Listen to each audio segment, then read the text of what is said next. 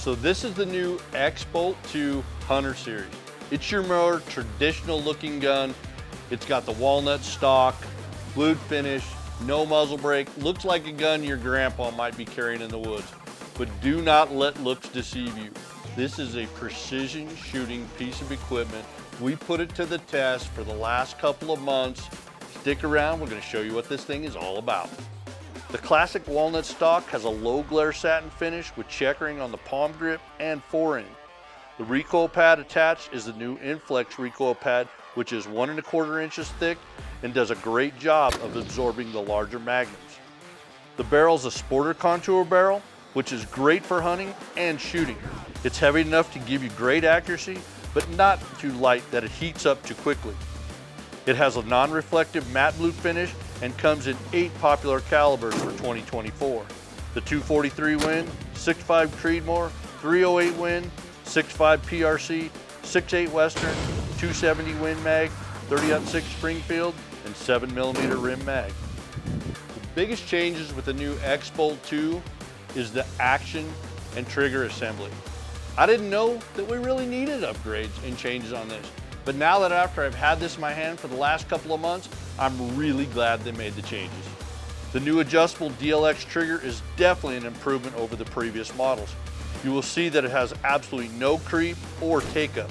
What that means for the novice is that once you start pulling pressure on the trigger, it doesn't need to move before it starts to engage the sear. They come preset at hunting weights, which is between 3 and 3.5 pounds, and it's easily adjustable by removing the barrel and action assembly, and with one Allen wrench you can either increase the poundage or decrease it. I do wish I could adjust down to 2.5 pounds of trigger pull, but at 3 pounds I could still shoot 3-inch groups at 800 yards, so it's working just fine, and honestly it does feel like it's a little lighter than the gauges show. The 60-degree bolt lift is one of my favorite things about the Browning X-Bolt rifles. This means that the bolt is disengaged and ready to eject the spent shell with hardly any lift at all. Looking from the back of the rifle, the bolt is at 90 degrees to the rifle when open. This allows me to have a large optic and not interfere with ejection. Browning has also redesigned the bolt handle with a more ergonomic one. One of the other unique features of the Browning X-Bolt is the safety and bolt lock. When the bolt is unsafe, the bolt is locked and cannot come open.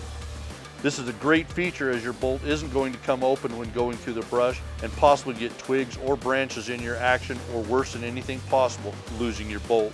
If you hunt with one in the chamber, you have the ability to utilize the bolt unlock button with your rifle still unsafe and can eject the live round while the rifle is still unsafe and cannot fire.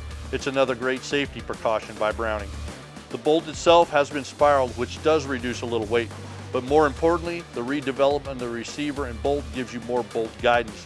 What that means is that you pull the bolt to the rear, there's less slop, making for a smoother open and close of the bolt. This is really important if you make a bad first shot and need a quick follow-up. The X-Bolt lock pattern scope mounting system is one of the best on the market in my opinion. It has 4 screws for each base instead of the common 2, and after years of setting up rifles, I firmly believe that this is the best setup on the market. So all of these things are great changes.